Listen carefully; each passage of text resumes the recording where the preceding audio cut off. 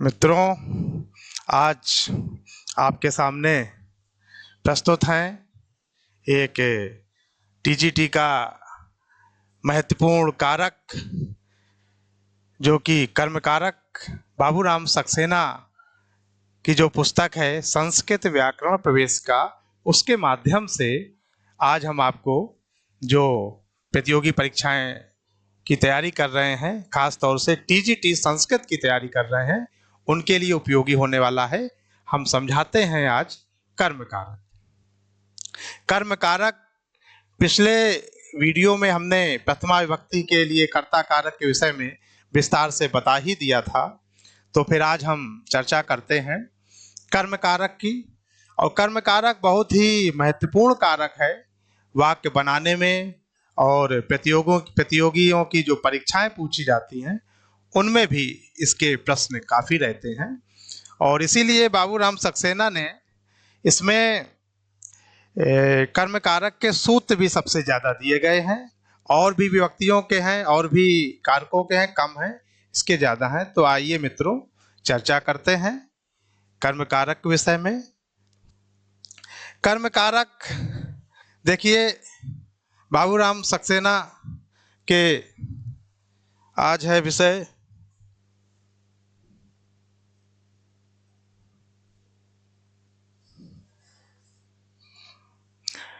कर्म कारक का।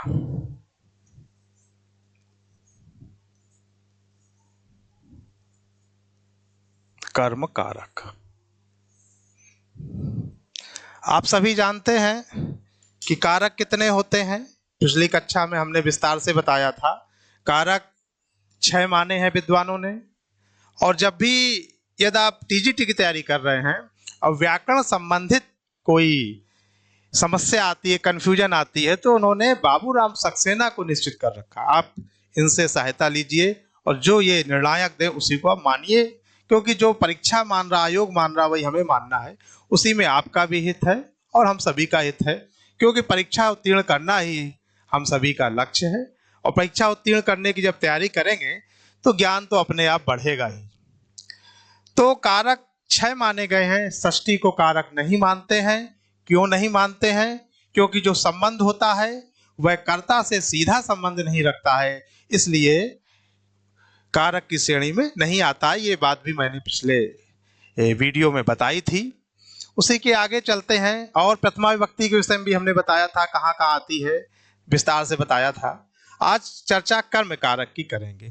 कर्म कारक क्या है? कर्ता को जो सबसे ज्यादा अभिष्टतम होता है उसे कर्म कारक कहते हैं। अर्थात कोई भी वाक्य लिखा हुआ है, उसमें हम देखेंगे कि जितने भी शब्द लिखे हैं, कर्ता सबसे ज्यादा जिसको चाहता है उसको हम कर्म कारक कहते हैं। समझते हैं बाबूराम सक्सेना जी की संस्कृत व्याकरण प्रवेशिका के माध्यम से, उनकी लेखनी के माध्यम से उन्होंने किस प्रकार से समझाया है। ये देखिए, आपके सामने प्रस्तुत है सूत्र कर्म कारक का। कर्तुरीव सित तमम।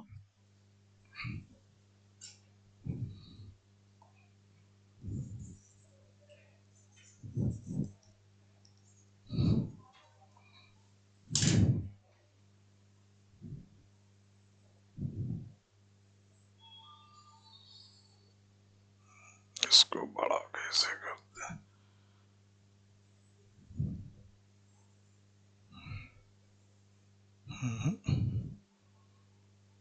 ये देखिए, इसको इस तरीके से समझते हैं।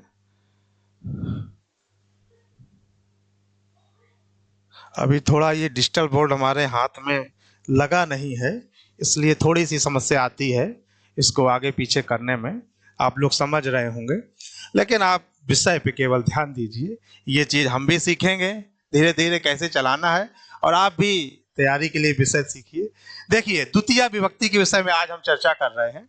तो सबसे पहले बाबूराम सक्सेना ने द्वितीय विभक्ति में सूत्र दिया है कर्तुरीव सित तमम कर्मा। आपके सामने लिखा हुआ है कर्तुरीव सित तमम कर्म। ये देखिए, अब आपको जूम करके दिखाते हैं। कर्तुरीव सित तमम कर्म, जो हमारे मेहनती छात्र परिश्रमी प्रतियोगिता की तैयारी में रत हैं, रात दिन लगे हुए हैं, वो भली भांत समझ रहे होंगे और बेचारे तरह तरह के वीडियोस देखते हैं, तरह तरह के नोट्स पढ़ते हैं, तरह तरह की चीज़ें पढ़ते हैं और कोशिश करते हैं कि हमें कहाँ से अच्छी चीज़ें मिले। अच्छी बात है, हम भी करते थे, हम भी कोशिश करते थे। उस समय यूट्यूब का तो इतना जमाना नहीं था। यूट्यूब तो शायद हम जब तैयारी टेस्ट निकाले हैं तो यूट्यूब से के माध्यम से नहीं किए, लेकिन हाँ किताबों की कोशिश करते थे कौन कहाँ से मिल जाए। तो आज साधन उपलब्ध हैं, यूट्यूब पे कई कई चीज़ें उपलब्ध हैं, उसमें देख सकते हैं कि कौन कहाँ से क्या अच्छी चीज़ मिल रही है और ले सकते हैं। तो आपके पहला सूत्र है, पाणिनि जी का सूत्र है कर्तुरीप्सित तमम कर्मा। इसकी व्याख्या करते हैं। कर्तुरीप्सित तमम कर्म कहता क्या है, व्याख्या इसकी समझ लेते हैं एक बार।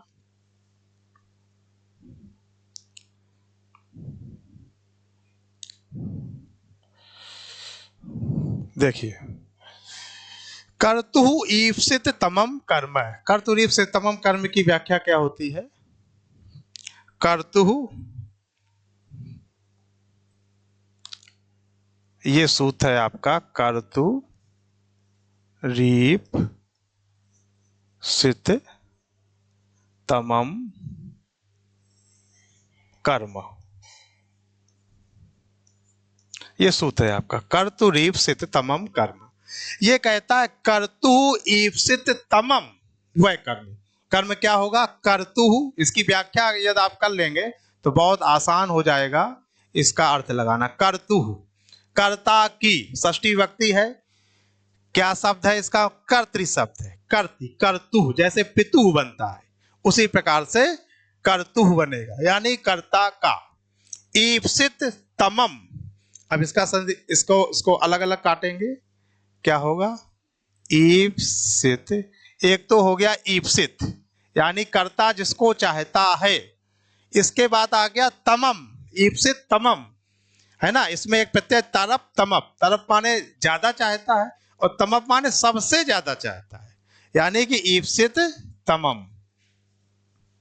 ये ईप्सित तमम यानी कर्ता ईप्सित तमम, कर्ता जिसको सबसे ज्यादा चाहता है उसे क्या कहते हैं? कर्म कहते हैं। ये कर्म की प्रमुख व्याख्या है। कर्म की प्रमुख व्याख्या क्या है? कर्तु ईप्सित तमम कर्म सूत्र है और इसकी व्याख्या है कर्तु ईप्सित तमम कर्म। कर्ता सबसे ज्यादा जिसको चाहता है उसको कर्म कहते हैं। अब जब भी आप वाक्य बनाएं, जब भी आप समझें तो उस वाक्य में देखिए, समझिए, आके समझाएंगे कि कैसे ये समझना है कि कर्ता किसको सबसे ज्यादा चाह रहा है और फिर उसमें कर्म कर देते। जब ये पता चल जाए ये कर्म हो गया है तो फिर आगे सूत्र आएगा कर्मणि द्वितीया, यानी जब कर्म में द्वितीया विभक्ति लगा देते हैं तो ये आपका सूत्र हुआ। ये देखिए,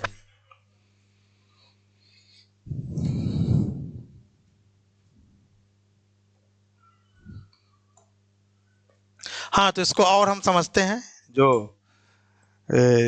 टीजीटी सिलेबस में लगे हैं बाबूराम सक्सेना संस्कृत व्याकरण प्रवेश का, वो अपने लेखन में क्या लिखते हैं?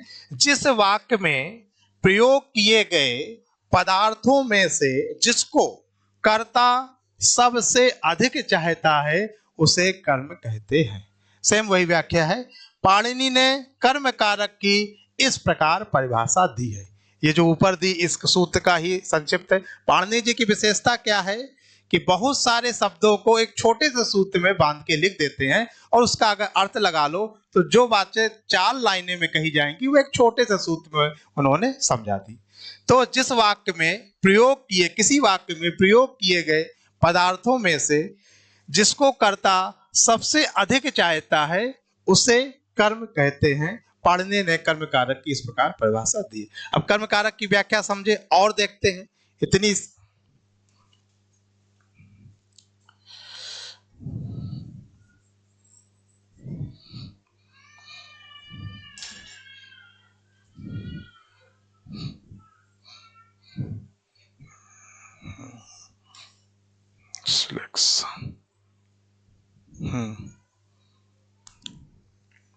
इसको देखिए, हाँ ये देखिए और पढ़ते हैं और क्या लिखा है। जिस वस्तु या पुरुष के ऊपर क्रिया का फल समाप्त होता है उसे कर्म कहते हैं।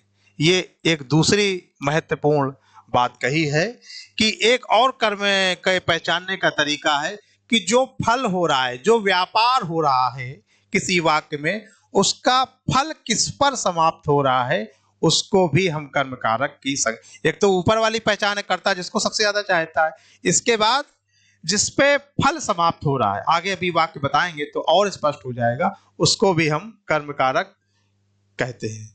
यह हिंदी तथा अंग्रेजी में कर्म कारक का लक्षण बतलाया जाता है, किंतु साहित्य में ऐसे अनेक उदाहरण आते हैं जिन पर क्रिया का फल समाप्त तो होता है किंतु वे कर्म कारक नहीं माने जाते हैं। जैसे वह घर जाता है, तो यहां यद्यप जाने का कार्य घर पर समाप्त होता है, तथापि घर साधारणता कर्म नहीं माना जाता है। कह रहे हैं कि यहां अपवाद भी होते हैं कि ऐसा नहीं कि क्रिया का फल समाप्त हो रहा है तब भी कहीं कहीं नहीं माना जाता, उसके लिए अन्य सूत्र भी आते हैं। वो सूत्र सारे हम चर्चा करेंगे धीरे धीरे। यहाँ यद्यप जाने कार्य घर पर समाप्त होता है तथापि घर साधारणता कर्म नहीं माना जाता है, उस प्रकार से नहीं माना जाता, इसके लिए दूसरे सूत्रों से माना गया है। संस्कृत में भी घर को साधारण नियमों के अनुसार कर्म नहीं मानते, न जाना को सकर्मक क्रिया मानते हैं। घर को कर्म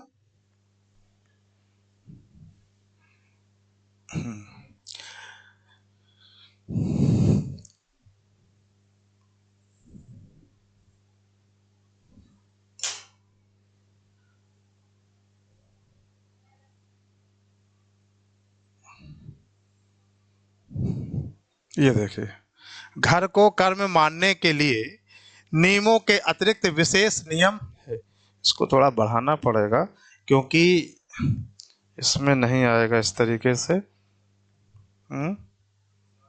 एक साथ लें इस तरीके से। हाँ, अब आया है। बढ़ाने घटाने में हमें ज्यादा दिक्कत आती है इसमें। देखिए समझिए आप लोग, वही चीज लिखी है, मानने के लिए साधारण नियमों के अतिरिक्त विशेष नियम है।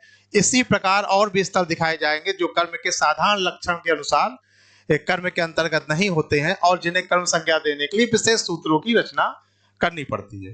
क्योंकि संस्कृत में व्याकरण में अपवाद भी होते हैं। कोई नियम बताया 100% ये नहीं कह सकते यही नियम है, उसका अपवादी सूत्र भी आ जाता है। तो वो सब चर्चा करेंगे, पढ़ेंगे, ध्यान से पढ़ेंगे, सब समझ में आएगा। कर्ता जिस क्रियान्वयी पदार्थ को अपने व्यापार से प्राप्त करने के लिए सबसे अधिक चाह या इच्छा रखता है उसे कर्म कहते हैं। वही चीज है, कर्ता जो अपना कर्म कर रहा है उसको सबसे ज्यादा उसका टारगेट क्या है, अगर 4 चीजें वो चाह रहा है तो 4 चीजों में सबसे ज्यादा जिसको चाह रहा है उसको हम कर्म कहेंगे। कर्तुरीप्सित तमम कर्म सूत्र की व्याख्या।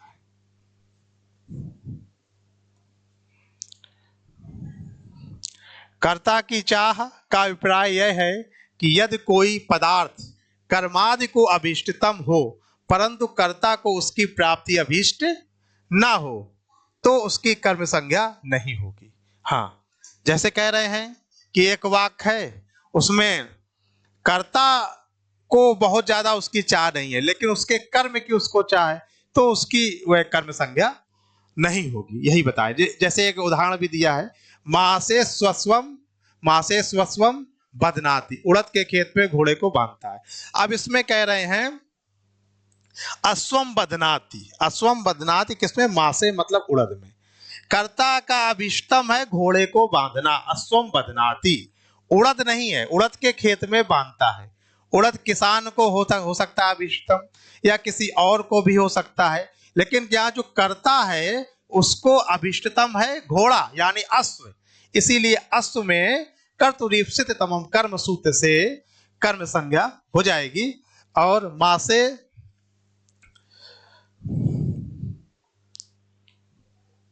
ये देखिए, जैसे इसकी हम बात कर रहे हैं, मां से स्वम बदनाती, अश्वम बद, इसकी संधि विच्छेद कर देते हैं।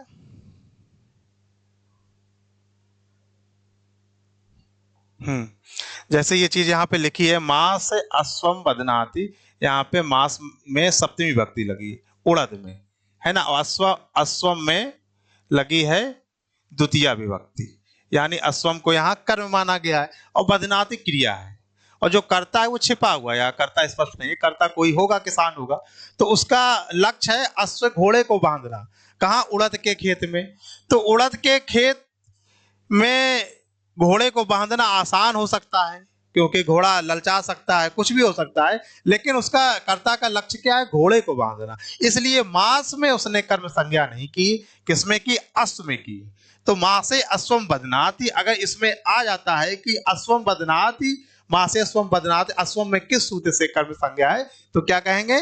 कर्तु रीप्सित तमम कर्म से है, और इसमें कर्मणि द्वितीया से द्वितीया हो जाएगी।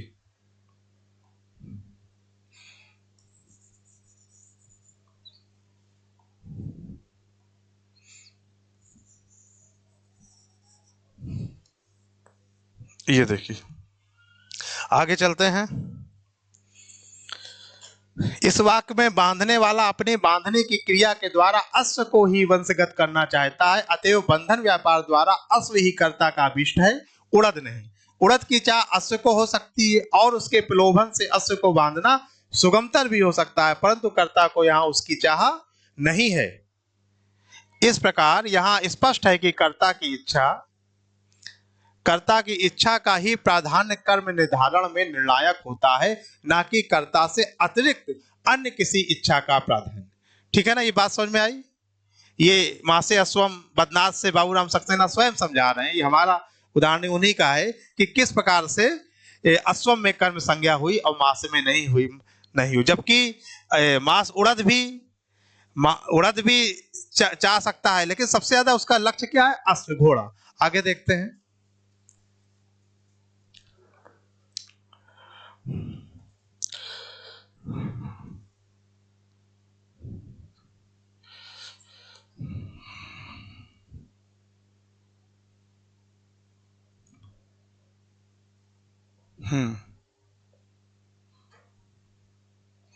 जिसे कर्म संज्ञा दी जाएगी वह पदार्थ कर्ता की क्रिया द्वारा उस कर्ता को अभिष्टम होना चाहिए। अर्थात यदि उसी क्रिया से कोई पदार्थ ऐसे संबद्ध हो जिन सभी की सामान्य चाहना कर्ता रखता है, तो उन सबों में सबसे अधिक ईप्सित होगा, वही कर्म संज्ञा प्राप्त करेगा। अभी जो चर्चा कर रहे हैं वही चीज है। अगर बहुत सी चीजें लिखी हुई हैं, सबको चाह रहा है कर्ता, तो कह रहे हैं जो सबसे ज्यादा जिसको चाहेगा उसकी हम कर्म संज्ञा करेंगे। जैसे उदाहरण हम दे सकते हैं, एक साधारण उदाहरण, बालिका साइकिल से विद्यालय जाती है, तो साइकिल भी बालिका चाहती है, क्योंकि जाएगी कैसे, लेकिन उसका सबसे ज्यादा चाहना क्या है? विद्यालय जाना। इसलिए विद्यालय में कर्म संज्ञा होगी, ना कि साइकिल में। देखिए, हाँ, जैसे एक उदाहरण इन्होंने बहुत अच्छा दिया है बाबूराम सक्सेना जी ने, जैसे पैसा ओदनम, या ये भूंगते है, टाइपिंग में मिस्टेक, मुक्ते लिख किया है। हाँ, ये है भूंगते, मुक्ते नहीं है। ये क्या है? भूंगते। यहाँ भा हो जाएगा। पैसा ओदनम भूंगते, दूध से भात खाता है। पैसा माने दूध से, ओदनम माने भात, भूंगते माने खाता है। अब यहाँ पे क्या है? जो कर्ता दूध भी खा रहा है, दूध भी मतलब पी ही रहा है एक तरीके से, या भात में खा रहा है तो वो भी पेट में ही जा रहा है, और ओदनम यानी भात भी है। कह सकती तो दोनों को बराबर चाह रहा है, लेकिन कर्ता यहाँ मुख्य रूप से ओदनम भात चाहता है ना? इसलिए देखिए, पैसा में तृतीया विभक्ति कर दी, ओदनम में कर्म कारक। पैसा दूध के द्वारा भात का खाना सुगम हो गया, लेकिन उसका लक्ष्य ओदन यानी भात खाना है। तो यहाँ पे क्या किया है? ओदनम में जो है कर्म संज्ञा हुई है, पैसा में नहीं। आप समझ रहे हैं? कर्तु ईप्सित तमम कर्म की ही व्याख्या लगातार चल रही है। अर्थात कर्तु ईप्सित तमम, कर्ता जिसको सबसे ज्यादा चाहता है उसे कर्म संज्ञा कहते हैं। हमारे बाबूराम सक्सेना जी एक ये उदाहरण देकर उन्होंने समझाया है, दूध से भात खाता। इस वाक्य में दूध भी भात ही की तरह कर्ता को प्रिय है, पर कर्ता अपने भोजन व्यापार द्वारा जिसको सबसे अधिक पाना चाहता है वह भात है। यहाँ भी थोड़ा मिस्टेक से, ये देखिए, यहाँ भात होगा, भात है, ना कि दूध, क्योंकि दूध पेय है, भोज नहीं। वह तो केवल भोजन क्रिया के संपादन में सहायक है। आगे देखते हैं। इसी प्रकार ब्राह्मणस्य इसी प्रकार ब्राह्मणस्य पुत्रम पंथानम पृच्छति, ब्राह्मण से पुत्रम पंथानम पृच्छति, ब्राह्मण के पुत्र से मार्ग पूछता है, कोई ब्राह्मण के पुत्र से मार्ग पूछता है। तो यहाँ पे पंथानम में कर्म संज्ञा की है और किसी में नहीं, क्योंकि जो पूछने वाला करता है, कर्ता छिपा हुआ है, क्योंकि जो पूछ रहा है वो करता होगा। तो यहाँ पे उसका अभीप्सित क्या है, इष्टतम क्या है, मार्ग, इसलिए मार्ग में इन्होंने जो है, देखिए इस वाक्य में यद्यप पूछने वाला कर्ता पुत्र की अपेक्षा विज्ञ ब्राह्मण से ही रास्ता पूछना अधिक पसंद करेगा, तथापि ब्राह्मण की कर्म संज्ञा ना नहीं हो सकती, क्योंकि ब्राह्मण का पृच्छति क्रिया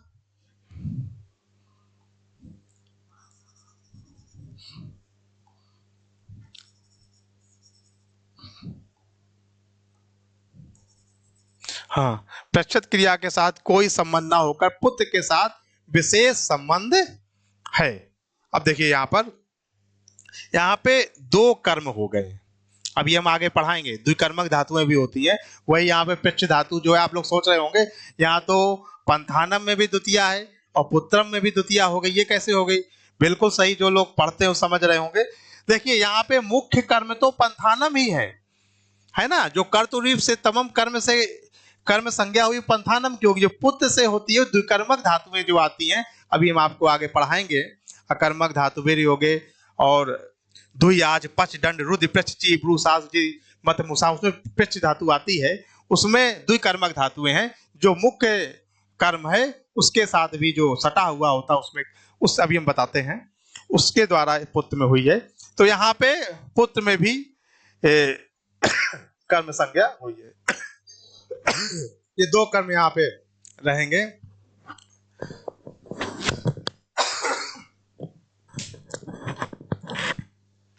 इस वाक्य में ये, हाँ ये हो गया, हाँ ठीक है।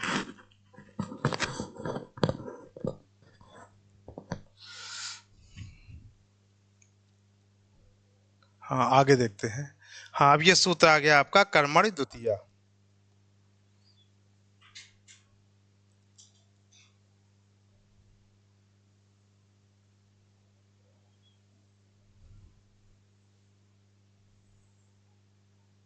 ये देखिए,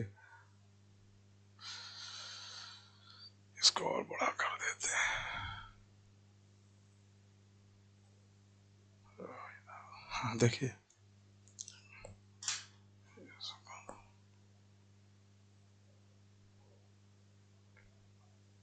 इतना ही बड़ा होगा, बड़ा तो हो जाता है लेकिन हो क्यों नहीं रहा है ये? हाँ अब हुआ। इसको बड़ा करने में भी टेक्निक का यूज है, हम लोग पढ़ाना जानते हैं लेकिन इसको बड़ा, सबसे ज्यादा दिक्कत हमें पढ़ाने में नहीं आती है, इसको बड़ा करने में आती है। ये सब डिजिटल बोर्ड आजकल नई टेक्नोलॉजी हम भी सीख रहे हैं, तो हमको जितना दिक्कत इसको जब बढ़ाना पड़ता है, हमें लगता है अब ये कठिन चैप्टर आ गया, तो इसको बढ़ाना घटाना सीखेंगे हम भी धीरे धीरे। अब ये देखिए कर्मण द्वितीया सूत्र है, यहाँ पे कहता है, अभी जहां जहां हमने कर्म संज्ञा बताई वो सब जगह कर्मण द्वितीया सूत्र से जो है द्वितीया हो जाएगा। अब देखिए कर्म को बतलाने के लिए द्वितीया विभक्ति का प्रयोग होता है, जैसे भक्त हरि को, हाँ यहाँ भी इन्होंने जो टाइपर है हमारे, उन्होंने सब जगह भा की जगह माँ कर दिया है, ये मिस्टेक हो गई होगी। तो ये है भजता है, यहाँ पे हो जाएगा भजता, जैसे भक्त हरि को भजता, इसमें हरि को कर्म है इसलिए हरि शब्द में द्वितीया करनी होगी। भक्तो हरिम भजती, यहाँ पे ये बिंदी रहेगी, भक्तो हरिम भजती, ब्रह्मचारी वेदम अधीते, जहां जहां कर्म हुआ है भक्ता, भक्त क्या करते हैं, हरि को भजते हैं, यानी भक्त को हरि ईप्सित हैं, चाहते हैं। तो यहाँ हरि में कर्म संज्ञा, ब्रह्मचारी वेदम अधीते, ब्रह्मचारी क्या करता है, वेद को पढ़ता है। तो यहाँ उसी सूत्र से कर्तुरीप से तमम से कर्म संज्ञा और कर्मण द्वितीया से द्वितीया कर देंगी। तो यह सूत्र आपको आशा है कि कुछ समझ में आया ही होगा। अब आगे देखते हैं अगला सूत्र।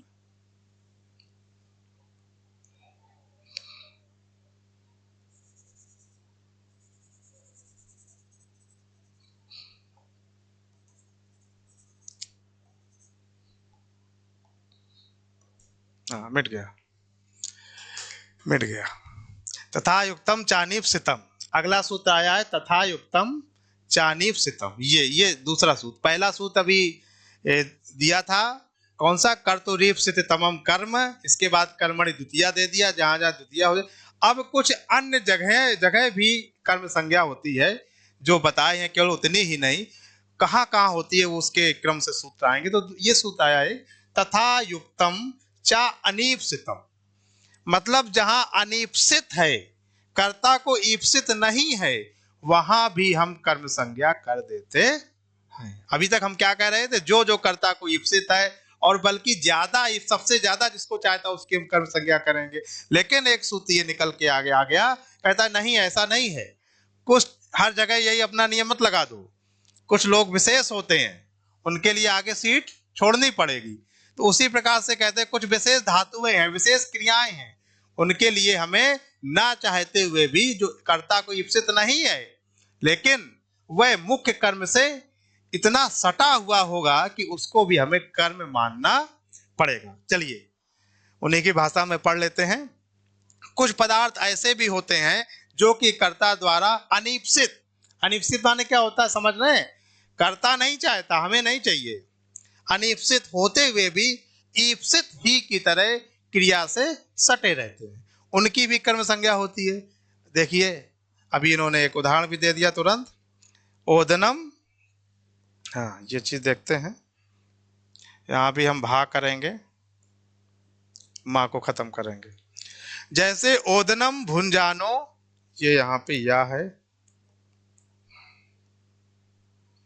आज हमने इसको जो है थोड़ा इधर हम समझने लगे थे बोर्ड को, कि इसको डिजिटल बोर्ड पढ़ाने ज्यादा डिजिटल बोर्ड की समझने में दिमाग लगा रहे थे, तो टाइप करते रहे होंगे, हम इसको चेक नहीं किया थोड़ा एक बार, तो कहीं माँ की जगह भा की जगह माँ शायद लिख दिया है, लेकिन उसको हम बताते रहेंगे आपको।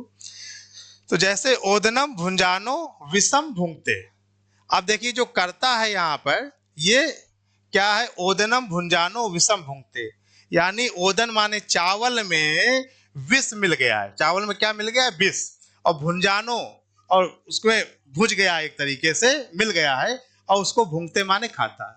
तो कर्ता विष तो नहीं खाना चाहेगा, कर्ता तो केवल ओदन चावल भात खाना चाहेगा। लेकिन यहाँ पे क्या किया है, तो हमको ओदनम में कर्म लगा देना चाहिए था, कर्म संज्ञा कर्तुरीप्सितम कर्म से, विषम में क्यों लगा दी, है ना, ये प्रश्न चिन्ह है ना, विषम में क्यों लगा दी। तो अब ये सूत्र आ गया तथा युक्तम चानीपसितम, कहते हैं कुछ ऐसी चीजें हैं, अभी आगे बताएंगे, कि जो क्रिया के कर्म जो मुख्य कर्म से है उससे इस तरह सटी रहती हैं कि उसमें भी हमें कर्म संज्ञा माननी पड़ती है। आगे देखते हैं, देखिए क्या लिखा है इस वाक्य में विष अत्यंत अनिप्सित है। विष कौन खाना चाहेगा, बिल्कुल कर्ता नहीं चाहता है, परंतु ओदन जो भोजन क्रिया द्वारा कर्ता का ईप्सित तम है ही की तरह वह भी क्रिया से सटा हुआ है, वह भी क्रिया से सटा हुआ है। और ओदन, देखिए इस डिजिटल बोर्ड की कला कि हम जहां शुद्ध करते हैं तो वह लिखा ही रहता है, अगर पेज बढ़ाते हैं तो वहां भी आता है, तो उसको हमें मिटाना पड़ रहा है। और ओदन भोजन के साथ उसके भोजन का भी रहना अनिवार्य है, अतः विष भी कर्म संज्ञक हो जाएगा। ये देखिए कह रहे हैं कि वह इस तरीके से मिल गया है, अब उसको विष में मिल गया है, विष अलग तो हो नहीं सकता है चावल में, तो कह रहे हैं इस प्रकार से सट गया है कि उसका रहना अनिवार्य, इसलिए हमको जो है उसमें भी लगाना पड़ेगा। यही ये सूत्र कहता है तथा युक्तम चा अनीप्सितम, तथा युक्तम चा अनीप्सितम, यानी जो अनीप्सित हैं उनके साथ भी हम ये चीज करेंगे, विष भी कर्म संज्ञक हो जाएगा। इस प्रकार एक और उदाहरण दे दिया, ग्रामम गच्छन तृणम स्पृशति, ग्रामम गच्छन तृणम स्पृशति, इस वाक्य में भी तृण कर्म संज्ञक होगा। अब देखिए यहाँ पे जो गांव जा रहा है उसका ईप्सित तम क्या है, गांव है, तो ग्रामम में तो ठीक है, कर्तुरीप्सित तमम से कर्म संज्ञा कर देंगे। ग्रामम गच्छन माने जाते हुए सत्य प्रत्यय लगा हुआ है, यहाँ पे समझ रहे कौन प्रत्यय लगा है, सत्य प्रत्यय लगा है। गच्छन में कौन सा प्रत्यय लगा है, सत्य प्रत्यय लगा है, जाते हुए, गांव जाते हुए। गांव जाते हुए तिणम स्पृशति, तिण को छूता है। अब जो जा रहा है उसका अब ईप्सित है गांव, लेकिन तिणम में भी कर्म संज्ञा हो गई। क्यों हो गई? यही सूत्र आ जाता है तथा युक्तम चानीप्सितम। यह कहता है कि कुछ चीजें ऐसे सटी रहती हैं कि उन्हें भी हमें कर्म संज्ञा करनी पड़ती है। जब वह गांव जा रहा है तो जो पैदल जाएगा किसी तरीके से, जो तिण है, घास है, वह तो उसके पैरों में स्पर्श हो गए ही। तो वह इस प्रकार से सटे हुए हैं कि तथा युक्तम चानीप्सितम से तिणम में। अगर प्रश्न पूछा जाए कि ग्रामम में किससे कर्म संज्ञा हुई है, तो हमें बताना पड़ेगा कर्तुरीप्सितमम कर्म से। अगर पूछा जाए तिणम में किससे कर्म संज्ञा हुई है, तो हमें बताना पड़ेगा तथा युक्तम चानीप्सितम से। और द्वितीय कर्मण द्वितीय से, जहां जहां कर्म संज्ञा होगी, द्वितीय करने वाला केवल एक ही सूत्र आएगा, कर्मण द्वितीय। कर्म संज्ञा करने वाले अलग अलग सूत्र आएंगे, अलग अलग कैटेगरी होगी, जैसी परिस्थिति होगी वैसा सूत्र होगा। लेकिन जब जब द्वितीय करेंगे तो सिर्फ एक सूत्र होगा, कर्मण द्वितीय। आगे देखते हैं, पहले इसको हम मिटा दें, आगे ये लिखा हुआ आएगा। आगे देखते हैं। हाँ, अकथितन चा, ये सूत्र देखिए, अकथितन चा। अभी दो सूत्र बताए हमने कर्म संज्ञा करने वाले, अब ये तीसरा सूत्र आ गया। ये बहुत सारी शर्तें होती हैं कहाँ कहाँ। तो अकथितन चा कहते हैं कि कुछ ऐसी चीजें हैं जो कर्म संज्ञा की श्रेणी में नहीं आती हैं, लेकिन उनमें फिर भी कर्म होगा। कौन कौन है बता देते हैं। अपादान इत्यादि के द्वारा अविवक्षित कारक अकथित कर्म कहलाता है।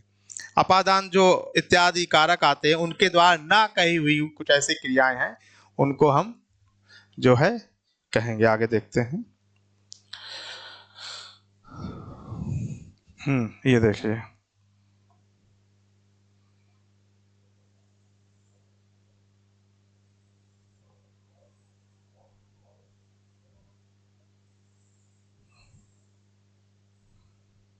ये देखिए,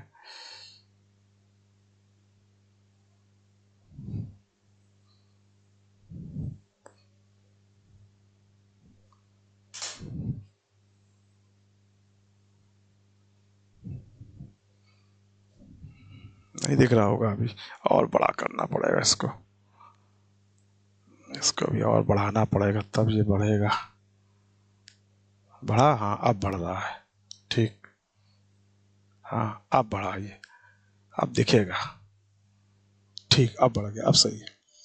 बहुत से ऐसे पदार्थ हैं जो कई एक धातुओं के कर्मों के साथ नियत रूप से संबद्ध रहते हैं और वस्तुतः वे कर्म के अतिरिक्त अन्य कारकों के अर्थ को द्योतित करते हैं। वे ही गौण कर्म के रूप में स्वीकार कर लिए जाते हैं, अतः इनके लिए द्वितीय विभक्ति का ही प्रयोग होता है, यह नियम है। देखिए, जैसे बताया था कुछ ऐसे कारक होते हैं जो और चीजों के साथ सटे रहते हैं, उनको कर लेते हैं। उसमें कुछ धातुएं हैं, 16 धातुएं हैं करीब, वो बताएंगे अभी। ये देखिए, जो ये नीचे सूत्र आ रहा है, ये देखिए, इतनी धातुएं हैं, 16 होंगी ये। दुही, याच, पच, दंड, रुधि, प्रच्छ, ची, भ्रू, सास, जी, मत, मुसाम, कर्मयुग, स्याद, कथितम तथा स्यान, नी, ही, किस्वा, इतनी धातुएं हैं। ये द्विकर्मक धातुएं कहलाती हैं। द्विकर्मक, द्विकर्मक धातुएं क्यों? क्योंकि इनके साथ दो दो कर्म आएंगे, एक नहीं दो दो, और एक प्रधान कर्म होगा और एक गौण कर्म होगा। देख लेते हैं इसको, अलग अलग करके हम बता देते हैं जिससे आपको समझने में आसानी हो जाए।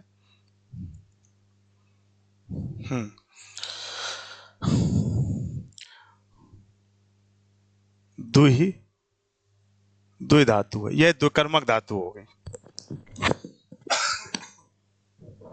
यानी इसके साथ दो कर्म आएंगे, द्वि धातु हो गई। इसके बाद याच, यहाँ पे याच कटेगा, दुही याच, याच मांगने के अर्थ में आता, याचना के अर्थ।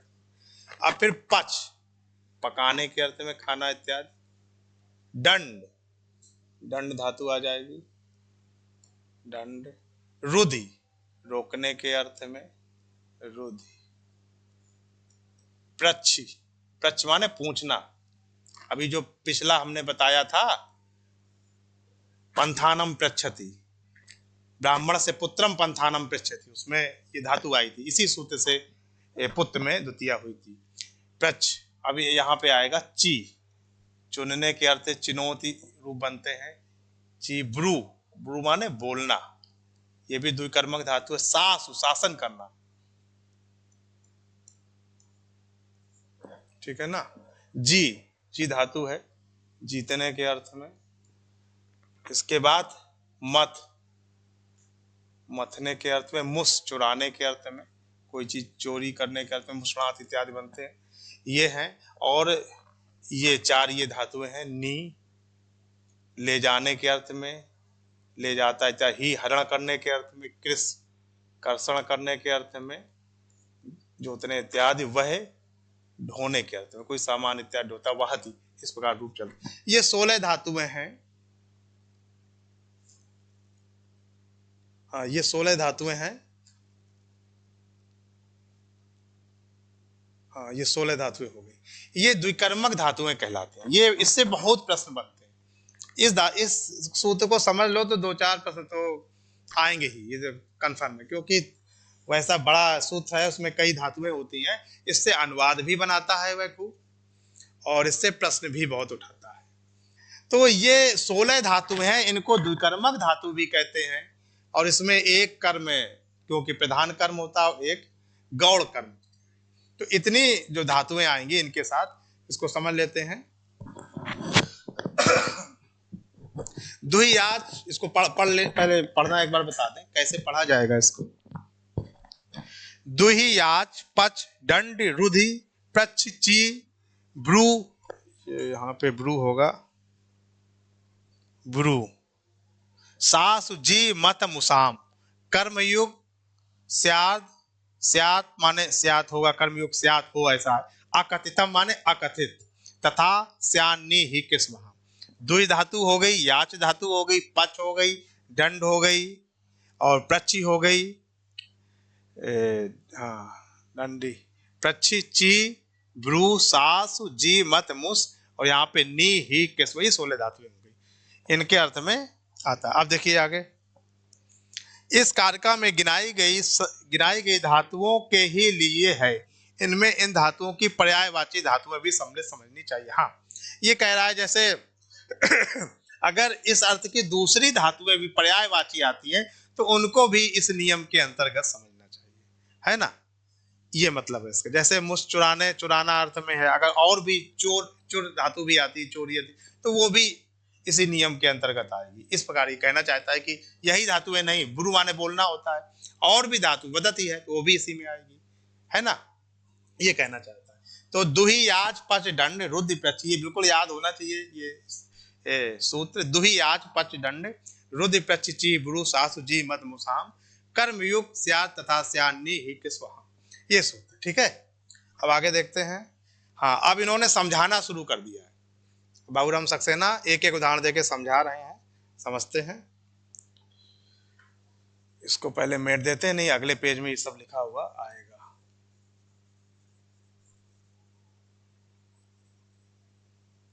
हाँ देखिए, इस कारका में गिनाई गई, हाँ यहां से देखिए, इस कारका में गिनाई गई धातुओं के लिए है। हाँ, ये चीज हो गई। गाम, दोग्धि, पया, पहला उदाहरण दिया, गाम, दोग्धि, पया। तो पहली धातु बताई थी दुही, दुही धातु थी, उसमें 2 कर्म थे। तो देखिए, गाम, दोग्धि, पया, गाय से दूध दुहता है। गाम, गाय से दूध दुहता है। पया माने दूध, पया माने दूध। पया के रूप जानते कैसे चलते हैं, ये मत समझ लेना ये प्रथमा विभक्ति, ये द्वितीया है, पयस शब्द है। मूल शब्द क्या है, पयस, दिखा देते हैं लिख के, ये है पयस शब्द, ये पयस सकारांत है, नपुंसक लिंग। इसके रूप कैसे चलते हैं, पया, पैसी, पयांसी, पया, पैसी, पयांसी। तो यहाँ पे ये कर्म है, कर्म संज्ञा, द्वितीया विभक्ति लगी। गाम, दोग्धि, पया, गाय से दूध दुहता है। अब यहाँ पे प्रश्न चिन्ह ये बनता है कि मुख्य कर्म है क्या, दूध। जो भी किसान है, जो भी बालक है, वह दूध दुहना चाहता है। तो दूध में तो ठीक है, कर्तृत्व से तमाम कर्म से होगी, क्योंकि कर्ता को अभीप्सित है दूध, पया माने दूध, तो पया गाम दो, गाम में क्यों हो गई, गाम में क्यों हो गई, ये ना तो कर्ता को ईप्सित है, और इसमें तो गाय से अगर देखा जाए विवक्षित पंचमी लगनी चाहिए। बस यही सूत्र जो हमने ऊपर कारका बताई, यही सूत्र ये कहती है, ये 16 धातुएं हैं जो अभी हमने बताई थी, उसी के माध्यम से इसमें हो रही है। आकथितन चा, सूत्र क्या था, आकथितन चा। कुछ ऐसी धातुएं हैं जो कहीं नहीं गई हैं, उनमें होती। तो देखिए, पया में होगी कर्तरीप से तमम कर्म से, और गाम में होगी आकथितन चा सूत्र से। किस सूत्र से होगी, आकथितन चा, यानी और कारक के द्वारा ना विवक्षित धातुएं जो क्रियाएं हैं उनमें होगी। तो यहाँ पे गाम में हुई आकथित कर्म, क्यों, क्योंकि अभी यही पूरा आकथितन चा सूत्र ने बताया कि ये जो अभी कारका बताई दुई आज पर 16 धातुएं वाली, इन धातुओं से जो सटा हुआ, इनका जो मुख्य कर्म है, मुख्य कर्म है दूध, अब दूध से जो सटा हुआ शब्द होगा वह भी कर्म संज्ञक होगा। तो दूध से सटा हुआ क्या है, गाय, गाय से बिल्कुल दूध सटा हुआ है ना, गाय से ही दूध निकला है। तो यहाँ पे गाम में इस प्रकार आकथितन चा सूत्र से हो गई। देखिए यहाँ पर गाय से दूध दुहता है, ऐसा अर्थ में निकलने के कारण गाय सामान्यता अपादान कारक है। जैसे सामान्यता हम लोग करते हैं, जहां से कोई चीज दूर होती है तो कहते हैं अपादान लगा दो, तो वही बता रहे हैं कि अगर सामान्यता ये रूल किसी को ना मालूम हो तो वह क्या करेगा, पंचमी व्यक्ति लगा देगा, है ना, वही बता रहे हैं, अपादान कारक है इसलिए उसमें पंचमी व्यक्ति होनी चाहिए। परंतु यहाँ पर गाय दूध के निमित्त मात्र के रूप में गृहीत है, अवधि रूप में नहीं। अतएव उपर्युक्त नियम के अनुसार गाय की कर्म संज्ञा हुई। इस वाक्य से अभिप्राय यह है, यह निकला कि पयः कर्म संज्ञा गो संबंधी दोहन व्यापार हुआ। अपादान की विशेष विवक्षा होने पर गोहो दोग्धि पया ऐसा ही प्रयोग होगा। वही बात कह रहे हैं कि अगर विशेष विवक्षा अपादान की हो तो गो होना चाहिए, पंचमी व्यक्ति लगनी चाहिए, लेकिन अकथितन चा सूत्र आकर के उस नियम को दबा करके अपना नियम बना देता है कि जहां 16 धातुएं होंगी, इन 16 धातुएं को के मुख्य कर्म से जो सटा हुआ कर्म होगा उसकी भी हम कर्म संज्ञा कर देंगे, ठीक है ना। तो यहाँ पे इसमें जो गाम में हुई है वह आकथितन चा सूत्र से कर्म संज्ञा हुई है।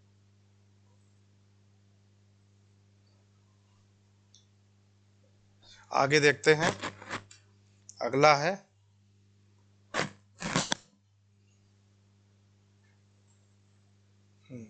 इसको बढ़ाते हैं हम।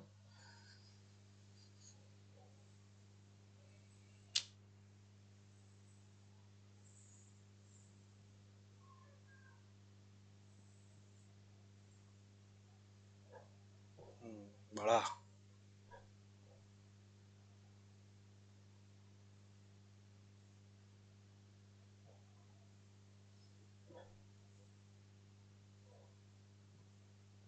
और बड़ा होगा तब दिखेगा, ये दिख रहा, अभी नहीं दिख रहा उसमें। चलो ठीक है, इतने कर देते। अब देखिए दूसरा उदाहरण देखिए, याच धातु थी, याच धातु, तो हाँ बलिम होगा, यहाँ पे क्या होगा, बलिम, बलिम याचते वसुधाम। याच धातु दुई, पहली धातु दुई बताई थी, फिर याच धातु आ गई, ये भी द्विकर्मक धातु है ना। द्विकर्मक मतलब समझ रहे हैं, दो दो कर्म होंगे जिसमें। तो बलिम याचते वसुधाम, बलि से पृथ्वी को मांगता है। कौन मांगा था बलि से, वामन भगवान। वामन भगवान पूरा जो है 2.5 पग में पूरा बलि का साम्राज्य पूरा नाप लिए थे, और 2 पग में, और बोले अब कहाँ अपना पग रखे। तो ये कर्ता इसमें छिपा हुआ है, वसुधाम माने पृथ्वी की याचना करता है, किससे, बलि से। तो वसुधाम में तो समझ में आ रही है, कर्तुरीप से तमम कर्म से, बलिम में इसी सूत्र से हुई है, क्योंकि वही नियम आता है कि इन 16 धातुओं के मुख्य कर्म के साथ जो सटा हुआ होगा, अत्यंत समीपस्थ होगा, उसकी भी हम कर्म संज्ञा कर देंगे। तो आकथितन चा सूत्र से बलिम में भी कि यहाँ बलि गौड़ कर्म, और ये क्या कहा जाएगा, गौड़ कर्म, मुख्य कर्म नहीं कहा जाएगा। 2 कर्म हो गए तो एक प्रधान कर्म हो जाएगा, एक गौण कर्म। प्रश्न कैसे बनाता है अब हम बता देते हैं। जैसे ये सब पूछे गए प्रश्न, बलिम यास्ते वसुधाम पूछा गया प्रश्न है, इसमें पूछेगा कि बलिम में किस सूत्र से कर्म संज्ञा हुई है। ऑप्शन दे देगा कर्तरीप से तमम कर्म से, कि अकथितंचा से, घुमाने के लिए कर्मण द्वितीया भी रख देगा, और एक आध सूत्र रख देगा, कोई भी रख देगा, है ना। तो जब हमें ज्ञान रहेगा इस विषय का कि कैसे भेद करते हैं, तो उसको हम समझ पाएंगे। तो यहाँ पे वसुधाम में कर्तरीप से तमम कर्म से और बलिम में अकथितंचा सूत्र से हुई है। देख लीजिए, यहाँ बलि गौण कर्म है। अपादान की विशेष विवक्षा होने पर बलेर यास्ते वसुधाम यह होगा।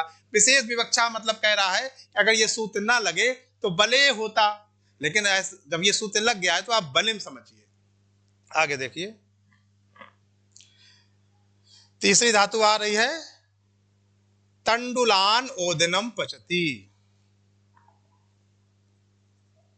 तंडुलान ओदनम, इसको संधि विच्छेद करेंगे जब, क्या होगा, ये देखिए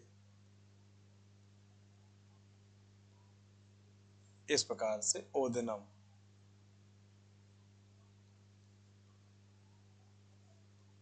और जब दोनों को यहां संधि हो जाएगी तो तंडुलान ओदनम हो जाएगा।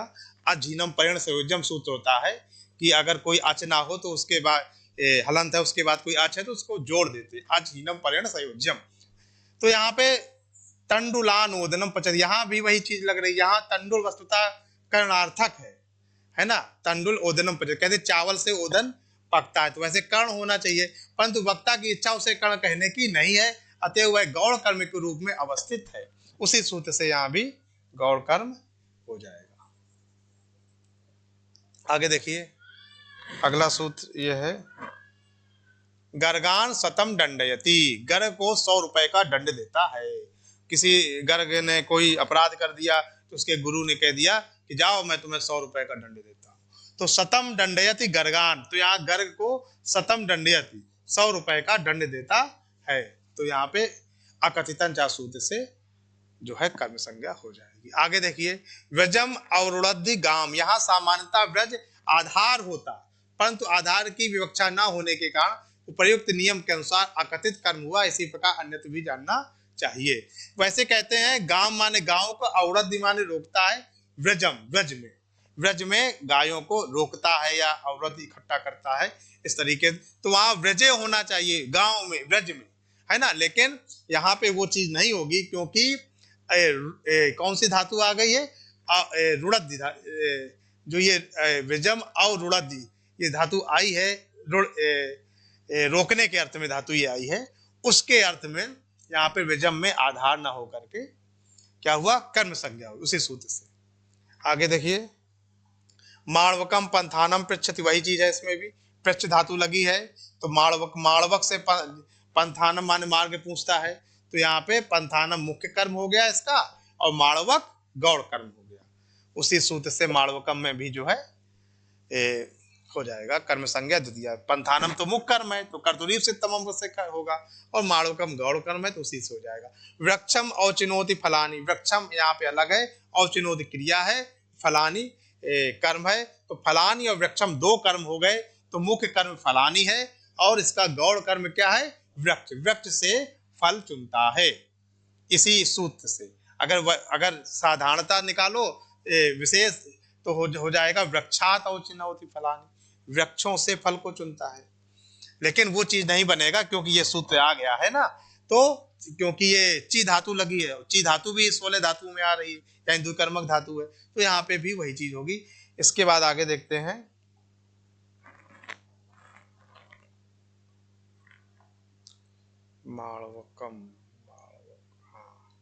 माणवकम धर्मम भूत, यहाँ ए नहीं है, ये ए की मात्रा नहीं है, यहाँ पर इसको काट देते हैं, केवल बिंदी रहेगी। माणवकम यहाँ पे धर्मम, माणवकम धर्मम ब्रूते शास्ति वा, ठीक है।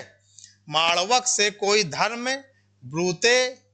ब्रूते माने धर्म में बताता है, शास्ति या शासन करता है, दोनों धातुएं एक में ले ली इन्होंने, ब्रू धातु भी और शास धातु भी, दोनों धातुएं के द्विकर्मक धातुएं हैं।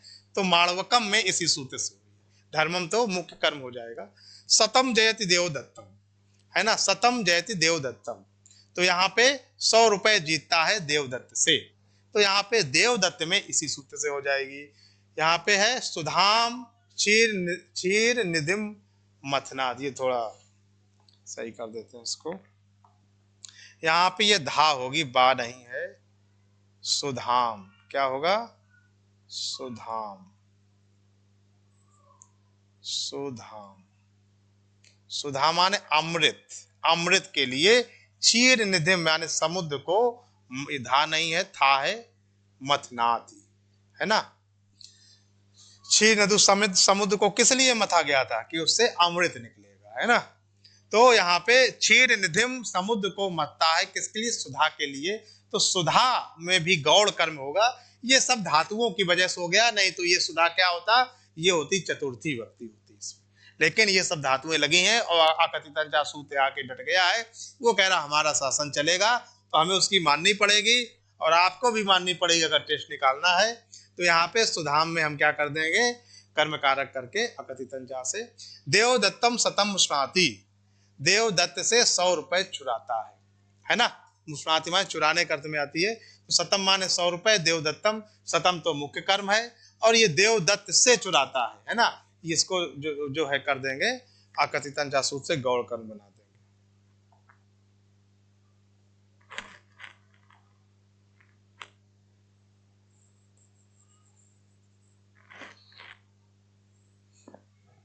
आगे देखते हैं। आगे देखते हैं। इसके पहले बड़ा करते हैं।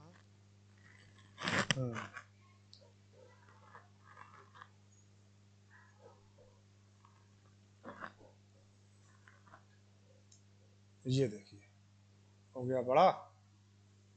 हाँ ठीक है।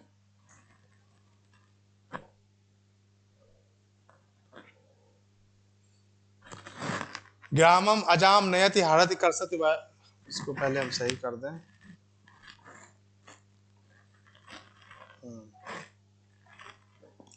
ग्रामम अजाम, यहाँ पे अजाम इस तरीके से होगा।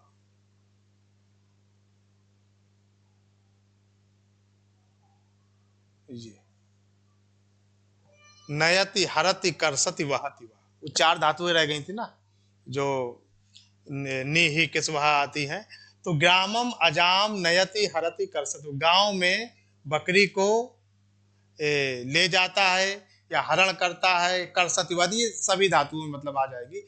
ये 16 धातुओं भी आ रही। तो गांव में अजाम बकरी तो मुख्य कर्म है और ग्रामम ये गौड़ कर्म हो जाएगा। तो जो गौड़ कर्म जहां जहां है उससे इसी सूत्र से अकथितंचा जो सूत्र बताया अभी हमने उससे हो जाएगा। इसको अलग अलग करके एक बार समझा देते हैं। ये इस तरीके से ग्रामम हो गया और ये अजाम हो गया। तो अजाम आपका मुख्य कर्म है और ग्रामम गौड़ कर्म है। ठीक है। इन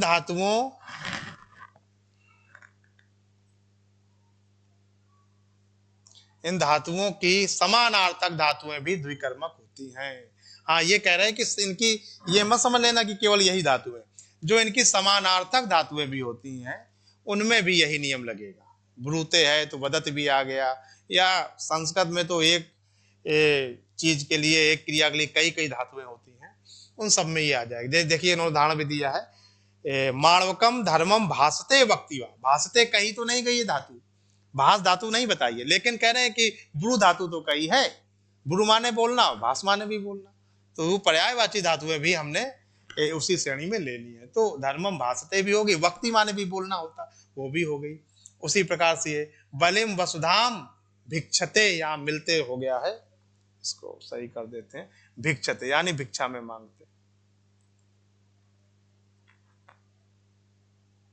भिक्षते ये चीज हो जाएगी। ऊपर कही हुई दुहादि धातुओं के प्रधान कर्म से जिनका संबंध होता है वे अकथित अकथित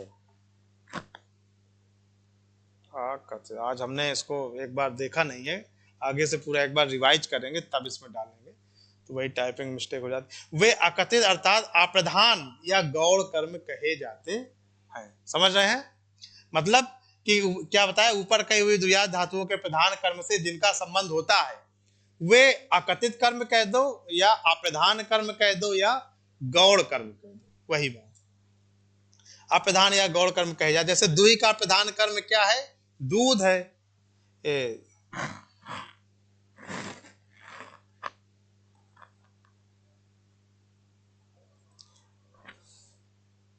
दूध से संबंध रखने वाली है गाय। गाय अकथित अथवा अप्रधान कर्म है। इसी प्रकार अवरुणद्धि का प्रधान कर्म गाय है। गाय से संबंध रखने वाला, गाय संबंध रखने वाला बाड़ा, बाड़ा अकथित कर्म है।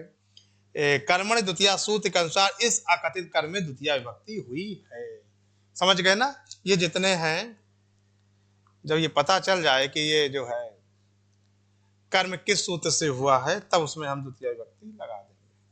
क्योंकि कर्म तो हम जान गए, लेकिन हमें यह भी जानना है किस सूत्र से कर्म संज्ञा हो रही है। क्योंकि कर्म की कोई एक कैटेगरी नहीं है। पहले हमने आपको बताया था जो कर्ता सबसे ज्यादा जिसको चाहता उसकी कर्म संज्ञा करते हैं, है ना। फिर एक और बताया था कि जो क्रिया का व्यापार जिसके ऊपर फलित हो वो कर्म संज्ञा होता है। फिर एक ये सूत्र आ गया अकथितंचा, कुछ ऐसी हैं जो अन्य कारकों से नहीं कही गई हैं, 16 धातुएं भी गिना दी और पर्यायवाची में भी हम कर्म संज्ञा कर देते हैं, तो ये गौड़ कर्म हो जाता है। ये कर्मक धातुएं हो गई। इनसे निश्चित प्रश्न आते हैं, निश्चित आते हैं। आगे देखते हैं।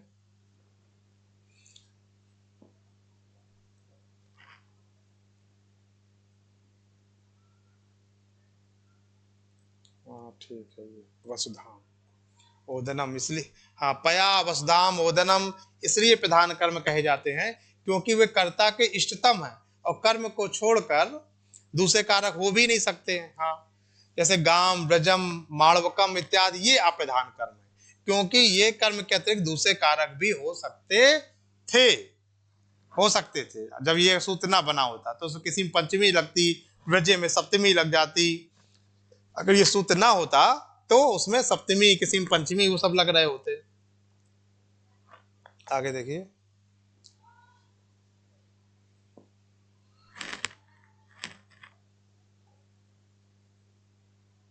ये वही चीज बताइए, गाम दोग्ध पया के बदले गोह, है ना। अगर ये सूत्र ना होता तो गोह में पंचमी हो जाती, विजय मौड़वत गाम यहाँ पे क्या सप्तमी हो जाती।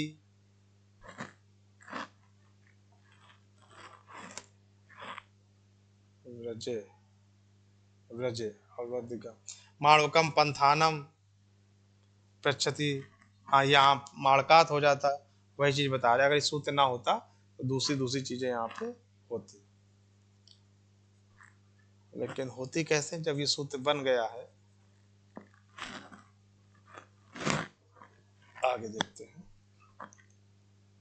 एक ये आ गई, ये वार्तिक है, सूत्र नहीं है, ये वार्तिक है।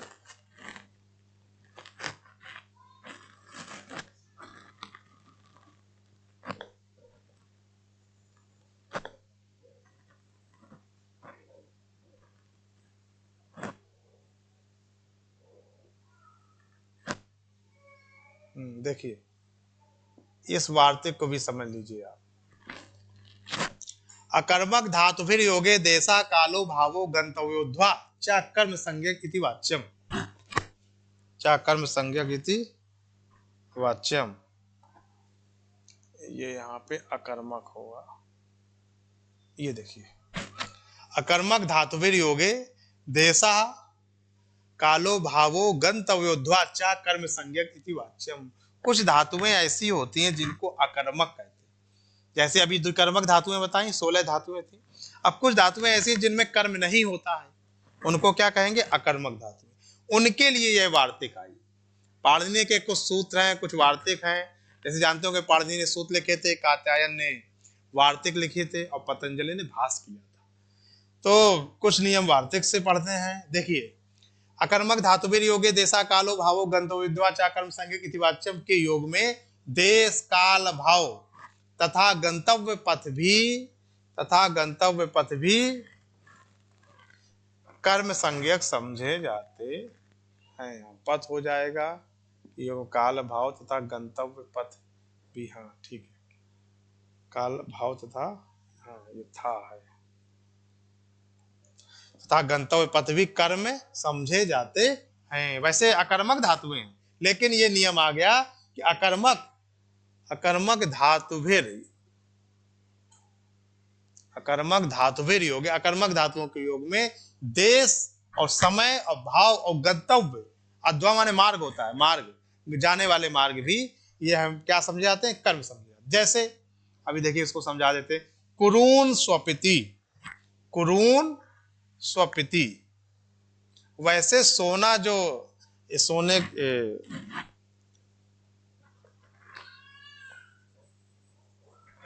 हाँ, कुरून स्वपिति, वह सोने के अर्थ में जो धातु आती है वह अकर्मक धातु होती है, उसमें कर्म नहीं होता है। वह सोता है, मैं सोता हूं, कर्म की जरूरत भी नहीं है सोने में, क्या कर्म करना, जब कर्म नहीं होता तभी व्यक्ति सोता है। तो उन्होंने बहुत सोच समझ के धातुएं जो है बनाई है कि अकर्मक धातु है, सो रहा है तो बिना कर्म के सो रहा है। देखिए कुरून स्वपिति, कुरु देश में कोई सोता है, कुरु देश में सोता है, तो कुरून यहाँ देश व्यंजक शब्द है। कौन सा है, देश व्यंजक शब्द, इसलिए कुरु में जो है कर्म संज्ञा हो जाएगी। जब भी कुरून में अगर कर्म संज्ञा की बात आए, सोने के अर्थ में जो स्वपित धातु आ जाए सोने के अर्थ में, तो फिर यहाँ पे हम इस वार्तिक से कर्म संज्ञा करेंगे, कोई सूत्र वहां काम नहीं आएगा।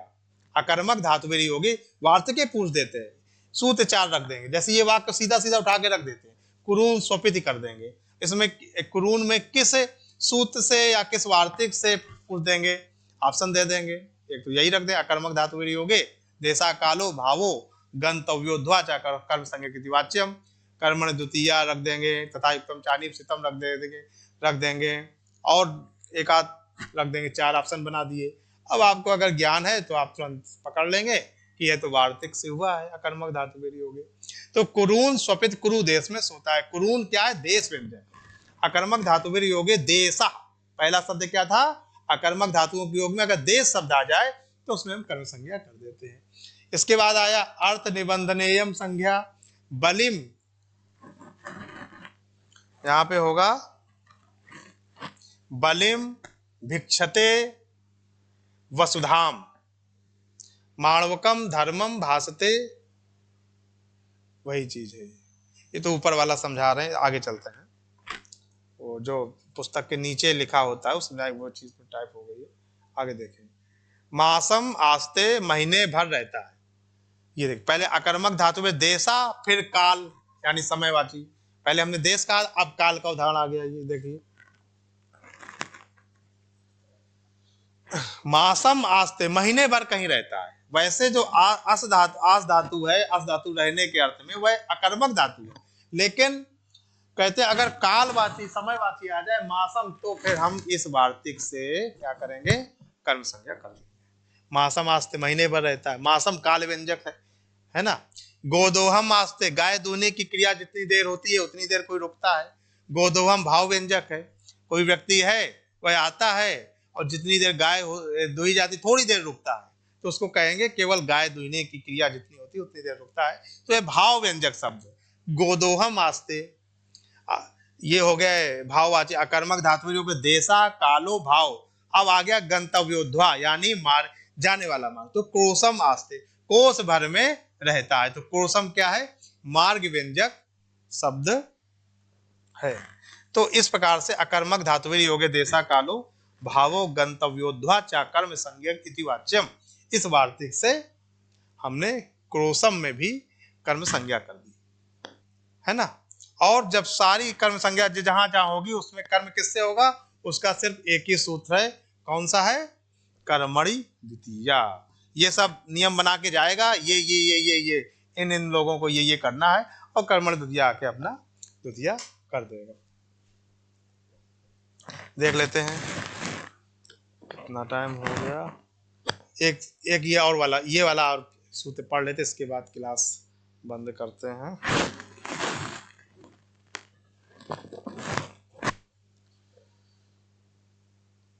सूत्र काफी हो गए होंगे, आपको समझने में भी दिक्कत आ रही होगी, क्योंकि ज्यादा चीज हो जाती है तो वह दिमाग नहीं पकड़ता है। लेकिन कोई चीज नहीं, वीडियो है, आप जितना चाहें देख लेंगे, उसको रिपीट करके भी देख सकते हैं, जहां थक जाए वहां अपना रुक जाना, हम समझा देते हैं। एक सूत्र अंतिम और समझा देते हैं। आदि सींग स्था साम करना, ये भी सूत्र कर्म संज्ञा करने वाले आ रहे हैं।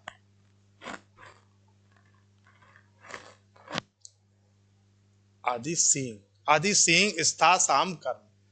ये कहता सी धातु, स्था धातु और आस धातु, इनके आगे यदि आदि उपसर्ग लगा हो, कौन सा उपसर्ग लगा हो? आदि उपसर्ग, तो जो इनका आधार होगा वो भी कर्म संज्ञा हो जाएगा। वैसे आधार होता तो सप्तमी होती है ना। जैसे सेते, अगर केवल सेते आएगा तो जहां पे सो रहा है वो आधार होगा, लेकिन आदि सेते आएगा अगर आदि उपसर्ग लग गया तो जो आधार होगा वह कर्म में बदल जाएगा। चलिए आइए समझते हैं। सी स्था तथा आस धातुओं के पूर्व यदि आदि उपसर्ग लगा हो तो इन अर्थात जिस स्थान पर इन धातुओं की क्रियाओं का आधार कर्म कहलाता है, कर्म कहलाता है, वह कर्म कहलाता है, वह आधार, इन क्रियाओं का आधार, हाँ, इन क्रियाओं का आधार कर्म कहलाता है। कुल मिला के थोड़ा इसमें कुछ आगे पीछे हो गया है टाइपिंग में। जो इन क्रियाओं का आधार होता है वह कर्म हो जाता है, वही हमने बताया।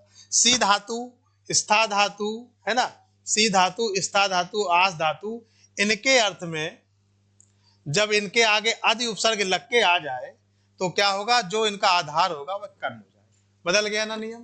ये बहुत बारीकियां हैं व्याकरण की। अगर सामान्य कोई ज्ञान रखेगा तो सीधे सीधे आधार लगा देगा, उसका गलत हो जाएगा। टेस्ट निकालना है तो ये सब चीजें समझनी पड़ती हमें, वही पढ़ना पड़ेगा। सी स्था तथा आस धातुओं के पूर्व यदि आदि उपसर्ग लगा हो तो इन अर्थात जहां पे इनका आधार होगा उसको हम क्या करेंगे? उसको हम कर्म बना देंगे। जैसे उदाहरण देख लीजिए, चंदा पीड़ा मुक्ता शिला पट्टम आदि शिष्य। चंदा पीठ मुक्ता शिला की पटरी पर लेट गया, तो यहाँ चंदा पीड़ा करता है, आदि शिष्य क्रिया है और मुक्ता शिला पट्टम कर्म हो गया। वैसे ये आधार था भाई, आधारोधिकरणम सूत्र होता है ना, जहां पे लेट रहा जो आधार वो आधारित हुआ तो सप्तमी होनी चाहिए थी, लेकिन ये सूत्र आ गया आदि सिंह स्था साम कर्म। ये कहता सी धातु हो, स्था धातु हो, आस धातु हो, इनके आगे आदि उपसर्ग लग के आए तो हम आधार नहीं करेंगे, हम क्या कर देंगे? हम कर्म कर देंगे। ये देखिए, चंदा पीड़ा मुक्ता शिला पिट्टम आदि से इन्होंने यहाँ पे मुक्ता शिला पिट्टम कर दिया। अगर ये सीधा वाक्य रख दे या थोड़ा बदल के भी रख दे तो हमें तुरंत पकड़ लेना है कि आदि सिंह स्था साम कर्म से यहाँ पे कर्म संज्ञा हुई है। नहीं तो इस प्रकार से कोई वाक्य भी बना सकता है और आपने यदि आधार लग समझ के सप्तमी लगा दी तो आपका नंबर उसमें कट जाएगा। तो यहाँ पे क्या लगाना हमें? आदि सिंह स्था साम कर्म से समझ के चंदा पीड़ा मुक्ता शिला पट्टम अधिष्ठिया कर्म संज्ञा हो जाएगा। आगे देखिए, ये लिखा अर्धासनम गोत्रभिदोधि तस्तौ। अर्धासनम, ये लिखा है अर्धासनम, हाँ, अर्धासनम गोत्रभिदोधि तस्तौ, इंद्र के आधे आसन पर बैठता है।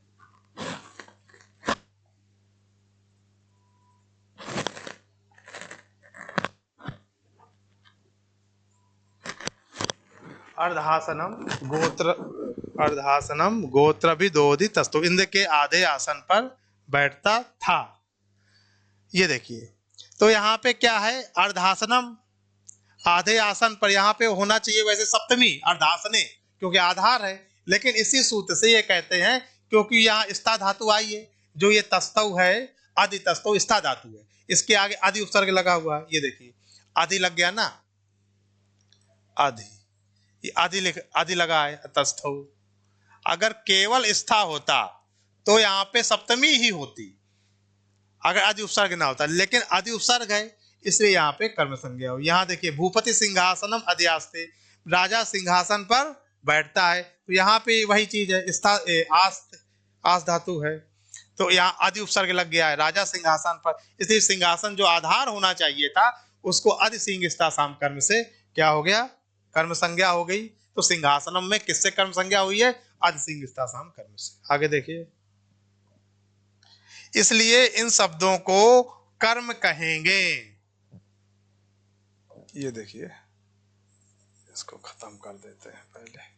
इसलिए इन शब्दों को कर्म कहेंगे और इनमें द्वितीय विभक्ति होगी। यदि आदि उपसर्ग ना लगा होता तो आधार के अधिकरण होने के कारण उसमें सप्तमी होती। देखिए शिला पट्टे शिष्य, यहाँ आदि हटा दिया, केवल शिष्य रखा है तो इन्होंने शिला पट्टे कर दिया, और आदि कर दे आदि शिष्य तो शिला पट्टम हो जाएगा। इसी प्रकार से यहाँ पर है अर्धासनम है, इसी प्रकार से यहाँ पे हाँ अर्धासने तस्थ हुआ। अगर केवल तस्थ रहेगा इसका तो अर्धासने सप्तमी रहेगी, अगर इसी के आगे आदि कर देते हैं तो अर्धासनम हो जाएगा। इसी प्रकार से सिंहासने आस्ते, अगर आस्ते है तो केवल सिंहासने सही है, सप्तमी लगाइए, कोई दिक्कत नहीं, कोई आपका वाक्य नहीं गलत कर सकता। लेकिन अगर आदि आ गया, ये बिल्कुल ध्यान रखना है, आदि उपसर्ग पहले आ गया तब सिंहासने लगा दिया तो भूल जाइए, गलत हो जाएगा, तब सिंहासनम ही होगा। तो ये आज आपके कुछ महत्वपूर्ण जानकारियां हमने आपको दी, कर्म कारक की 2-4 सूत्र बताए, उसको आप पढ़िए, समझिए, मनन कीजिए, और अगर कहीं शंका समाधान या हमसे बताने में कोई चीज छूट गई या अनवधान वसात असावधान वसात कुछ चीज त्रुटिवश कुछ चीज गलत बता गए, उसको आप कमेंट में बताइए, मैं भी उसमें सुधार करूंगा। और आप भी लगिए, जो आपको समस्या जहां आ रही है आप बेझिझक पूछिए, हमें बहुत खुशी होगी। धन्यवाद।